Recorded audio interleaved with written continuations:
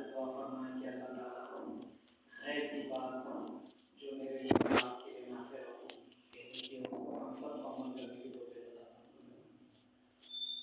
اللہ تعالیٰ کا ہم پر اتنا بڑا احسان ہے کہ اللہ رب العزت نے ہم سب کو ایمان والا بنایا۔ اصل میں ہم کو اس نعمت کا احساس نہیں ہے کہ کتنی بڑی نعمت ہے۔ اللہ تعالیٰ نے جو ایمان والا بنایا ہے، ایمان کی جو نعمت دی ہے، یہ نعمت اللہ کی تمام نعمتوں میں سب سے بڑی نعمت ہے، کیونکہ دنیا کی نعمتیں دنیا کے ساتھ خاص ہے، ہو جائے گا تو ختم ہو جائے گا۔ جب دنیا کے سے رخصت ہونے کے بعد جو اخروی زندگی جو ہمیش کی ہے، اس کی کامیابی کا دار و مدار انسان کے ایمان پر ہی ہے۔ ایمان ہے تو کامیاب ہے، ایمان نہیں ہے تو ناکامی ہے، خسران ہے، بربادی ہے، اللہ کا غضب اور جہنم کا عذاب ہے۔ اور ہر انسان کو دنیا سے رخصت ہونا ہے، چھوڑ کر جانا ہے، تو اللہ کا احسان ہے اور اللہ کی اس نعمت پر ہمیشہ شکر ادا کرنا چاہیے۔ علماء نے لکھا ہے کہ آدمی کو بعض گناہ ایسے ہیں جس کی بنیاد پر آخری وقت میں سوء خاتمہ کا یعنی بری موت کا اندیشہ ہے۔ ان میں سے ایک گناہ یہ ہے کہ انسان اپنی اللہ کی اس ایمان کی نعمت پر ناشکری کرے، شکر نہ کرے۔ ایمان کی نعمت پر ہمیشہ بندے کو شکر گزار ہونا چاہیے۔ ہمارے حضرت مولانا سجاد نعمانی صاحب ایک مرتبہ طلبا سے خطاب کرتے ہوئے فرمایا کہ کم سے کم ہفتے میں ایک مرتبہ جمعہ کے دن معمول بنانا چاہیے 1-2 رکعت نماز پڑھنے کا، کہ اللہ رب العزت نے ایک ایمان کی دولت دی ہے، اس پر ہم اللہ کا شکر ادا کریں۔ شکر کی نیت سے 2 رکعت نماز پڑھنا چاہیے۔ اللہ تعالیٰ ہو سکتا ہے اس شکر کی بنیاد پر ہمارا خاتمہ ایمان پر فرمائے۔ کیونکہ قرآن پاک میں ہے کہ آدمی اللہ کی نعمت پر شکر ادا کرتا ہے تو اللہ نعمت کو بڑھاتا ہے۔ تو ایمان کی نعمت پر شکر ادا کرے گا بندہ تو یقیناً ایمان اس کا محفوظ ہوگا اور ایمان کے ساتھ دنیا سے رخصت۔ اور یہی اصل ہے۔ اور یہ دنیا کی زندگی آخرت کی تیاری کے لیے، اسی لیے آدمی ہمیشہ اپنی موت کو، اللہ کے سامنے کھڑے ہونے کو یاد کرتا ہے۔ اور اللہ کی عجیب شان ہے، ایمان والے کو اللہ تعالیٰ نے ہر اعتبار سے نوازا۔ ایمان والا نماز پڑھ رہا ہے تو ثواب مل رہا ہے، ایمان والا ذکر کر رہا ہے تو ثواب مل رہا ہے، ایمان والا اگر کسی پریشانی میں مبتلا ہے تب بھی اس پر اجر مل رہا ہے، صبر مل رہا ہے۔ حضرت مجدد الفسانی رحمۃ اللہ علیہ کے بارے میں لکھا ہے کہ ان کے ملفوظات میں لکھا ہے کہ آدمی کو اللہ کے قرب کے درجات ناموافق حالات میں زیادہ بڑھتے ہیں، یعنی بندہ اللہ سے ناموافق حالات میں، پریشانیوں میں زیادہ اللہ سے قریب ہوتا ہے۔ یعنی پریشانی پر آدمی جب صبر کرتا ہے تو اس صبر پر عبادات کرنے سے زیادہ اللہ تعالیٰ کا قرب ملتا ہے۔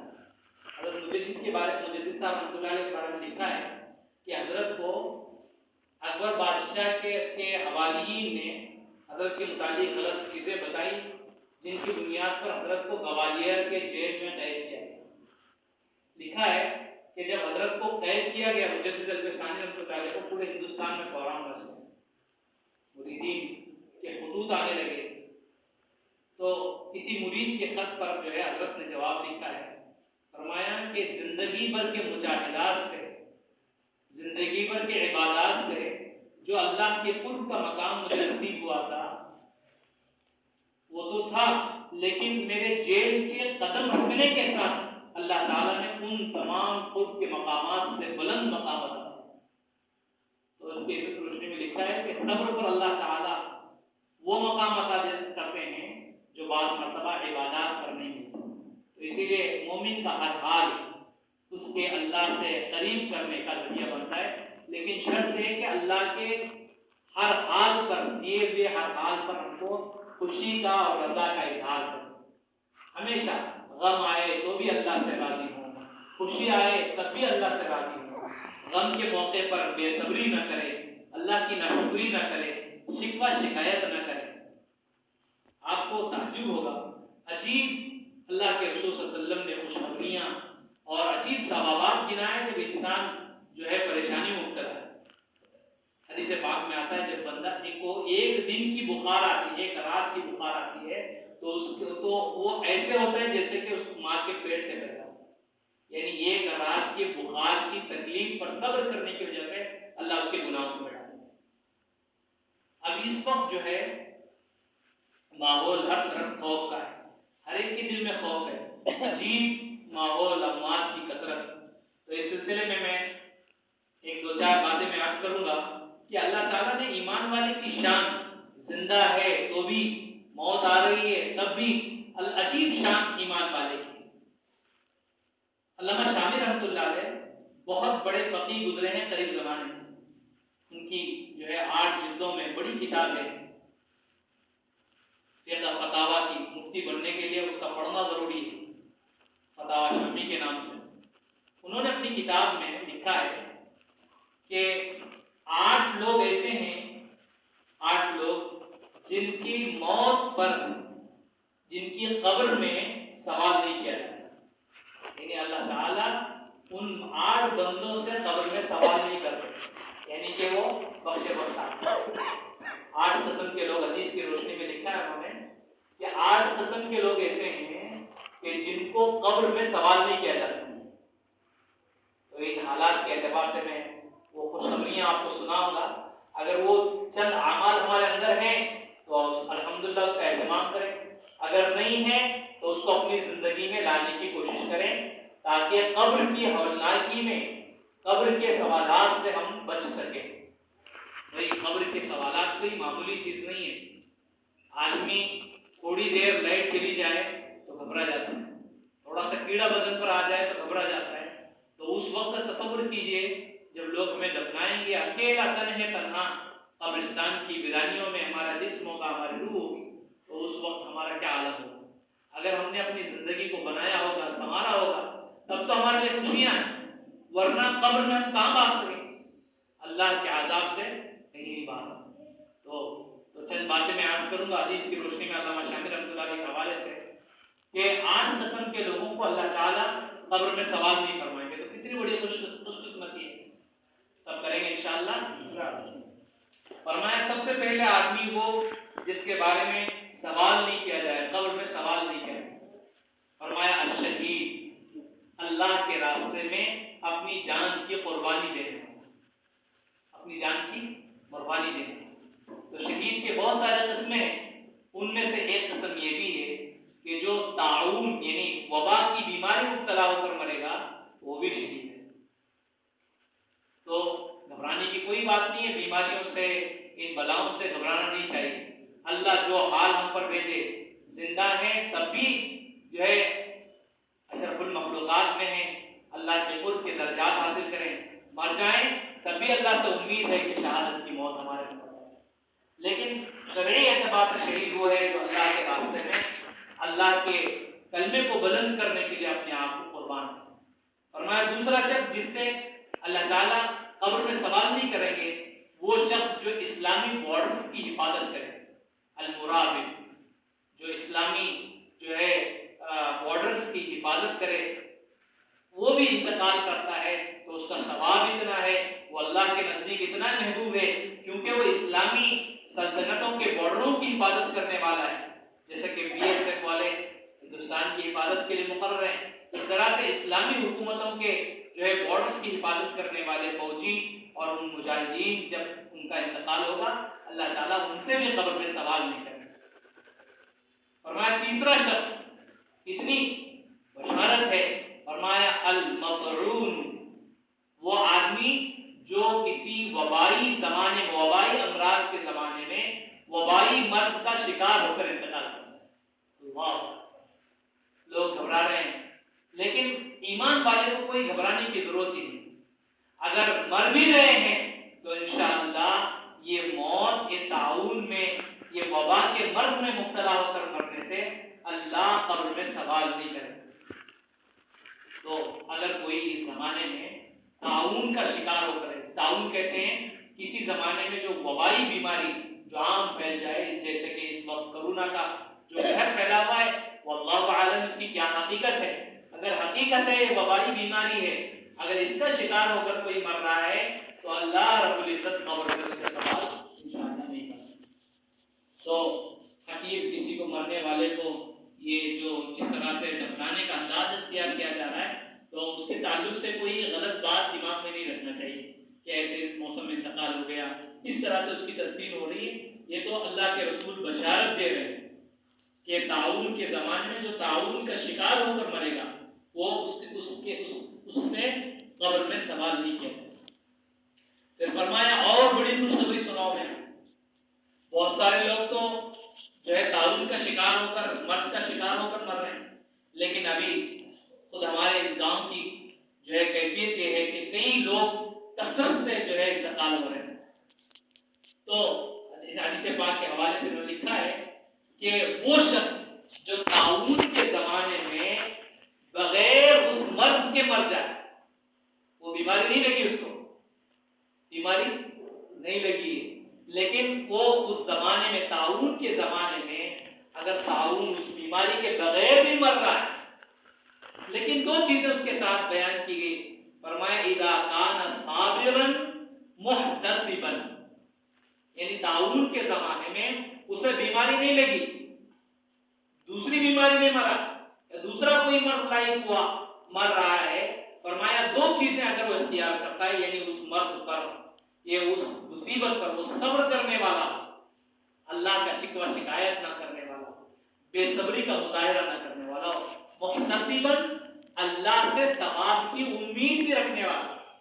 تو اسی لیے سب ہم جو ہے اگر ہم زندہ ہیں تو فبیہا، اگر ہماری کسی وجہ سے اس زمانے موت بھی ہو رہی ہے تو دو چیزیں، ہم جو بھی مصیبت ہو اس پر صبر کریں گے اور اللہ سے ثواب کی امید رکھیں گے تو انشاءاللہ بغیر اس وبائی مرض کے مرنے والے بھی اس بشارت کے حقدار ہوں گے کہ ان کو قبر میں سوال نہیں ہوگا. تو جتنے لوگوں کا انتقال ہو گیا تو مرنا تو سب کو ہے، مرنا سب کو ہے، دنیا میں تو رہنا نہیں ہے، لیکن خوش قسمت ہے وہ آدمی جو اس زمانے میں مر رہا ہے، کیونکہ اللہ کے رسول کی طرف سے بشارت ہے کہ اس آدمی کو جو تعاون کے زمانے بغیر تعاون کا شکار ہو کر مر رہا ہے تو بھی اس سے قیامت قبر میں سوال نہیں کیے جائے. تو خوشخبری ہے کہ نہیں ہے؟ تو جو انتقال ہو گئے بیچارے ان کے لیے دعا بھی کریں، اس میں ظن بھی رکھیں کہ اللہ تعالیٰ یقیناً ان کی مغفرت کر دیا ہوگا. ٹھیک ہے. پھر فرمایا والصدیق، اور سچ بولنے والا، ہمیشہ سچ بولنے والا، چاہے کیسے بھی حالات ہوں، جو ہے سچائی کو پروان چڑھانے والا، سچائی کا ساتھ دینے والا، سچائی کی تصدیق کرنے والا. تو اس بات کا ہم اہتمام کریں کہ سچ بولیں.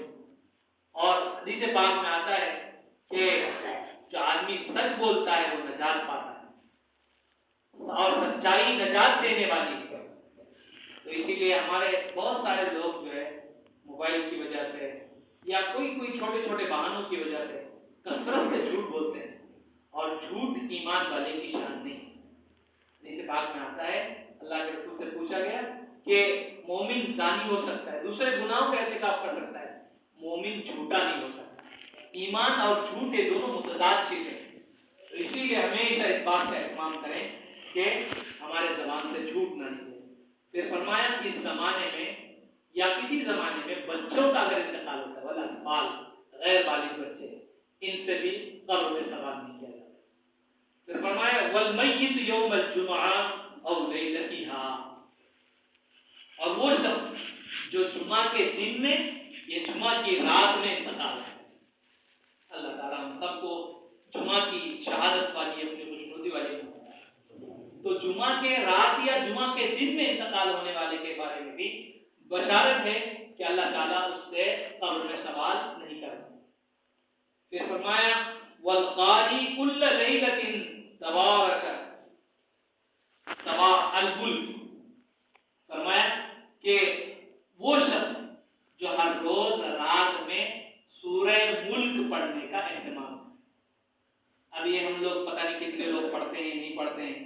سورہ ملک 29ویں پارے کا پہلا سورہ، 29ویں جز کا پہلا سورہ سورہ سورہ تبارک الذی سورہ سورہ ملک، جو آدمی ہر روز اس کو پڑھنے کا اہتمام کرے گا، جو آدمی ہر روز ہر رات میں مغرب کے بعد یا اگر فرصت نہیں ملی تو عشاء کے بعد رات میں اگر پڑھنے کا، اس کو سونے سے پہلے پڑھنے کا اہتمام کرے گا تو حدیث پاک میں ہے کہ اس آدمی کو قبر میں سوال نہیں کیا جائے گا۔ 2.5 صفحے کا جو ہے، یہ 2.5 صفحے کی صورت ہے، ہم اگر ہمت کریں گے تو ہر روز جو ہے اکثر لوگ قرآن پڑھنا جانتے ہیں تو 5 منٹ جو ہے وقت لگتا ہے، لیکن اتنا بڑا ثواب کہ موت پر قبر میں سوال نہیں کریں۔ سب پڑھیں انشاءاللہ، سورہ تبارک الذی پڑھنے کا اہتمام کریں۔ پھر فرمایا آپ کو بعض حدیث میں اس کے ساتھ سورہ تبارک الذی کے ساتھ سورہ سجدہ کے کو بھی ملایا ہے، یعنی جو آدمی سورہ ملک اور سورہ سجدہ رات میں پڑھنے کا اہتمام کرے گا، اللہ اس کی موت پر قبر میں سوال نہیں کرے گا۔ پھر فرمایا والقاری فی مرض موتہ قل هو اللہ احد، یہ تو بہت آسان ہے، والقاری فی مرض موتہ قل هو اللہ احد۔ فرمایا 8واں شخص وہ جس سے اللہ تعالیٰ قبر میں سوال نہیں کریں گے، فرمایا اپنے جس مرض میں اس کا انتقال ہوا ہے، اگر وہ مریض اس مرض میں قل هو اللہ احد کا سورہ پڑھ لے، اس میں تعداد ذکر نہیں ہے، تو امید ہے کہ 1-2 مرتبہ بھی اگر کوئی آدمی اپنی بیماری کی حالت میں سورہ قل هو اللہ احد پڑھے گا تو اور اسی مرض میں اگر اس کا انتقال ہو جائے گا تو اس کے لیے بشارت ہے کہ اللہ تعالیٰ قبر میں اس سے سوال نہیں کرے گا۔ کتنی بڑی بشارت ہے اور کتنی آسانیاں ہیں، اور اتنا تو ہم اہتمام کر سکتے ہیں کہ بخار آ جائے، سردی ہو جائے، ممکن ہے کہ اسی وقت ہمارا انتقال ہو جائے، اور انتقال نہ ہونے پر بھی حدیث میں ثواب ہے۔ تو آدمی جو ہے اپنے بیماری میں سورہ قل کا پڑھنے کا اہتمام کرے، سورہ قل جتنی کثرت سے پڑھے گا تو امید ہے اللہ تعالیٰ اس سورت کی برکت سے اس کی موت پر اس کے قبر میں اس کے سوال سے محفوظ رہے۔ تو بہت ساری چیزیں اس میں عمل کی ہیں، یہ زندگی عمل کے لیے پتہ نہیں ہماری آج شام میں ہو جائے یا کل ہو جائے۔ کتنے نوجوان اس وبائی مرض کی وجہ سے شکار ہوئے یا سازش کا شکار ہوئے، کتنے نوجوان، کتنے لوگ جو جن کے بارے میں تصور نہیں کیا جا سکتا کہ آج کل میں ہمارے سامنے مہمان ہیں، دنیا سے رخصت ہو گئے، اور ہمارے بارے میں بھی پتہ نہیں کہ ہم کب دنیا میں رہیں اور ہمارا کب وقت آ جائے۔ تو اس لیے اپنی زندگی کا مقصود اللہ کی رضا کو بنائیں۔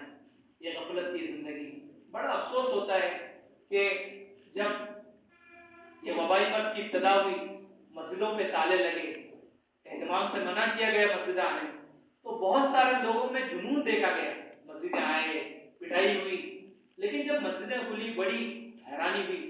ہمارے بڑے عزیز بزرگ جو ہے فرمان مجھے ڈر لگ رہا ہے کہ کہیں مسجدیں کھلنے کے بعد لوگ مسجدیں آنا نہ بند کر دیں۔ اب ویسے ہی محسوس ہو رہا ہے، بڑا افسوس ہو رہا ہے کہ ہماری مسجدیں ویران ہیں کہ نہیں، خالی ہے کہ نہیں۔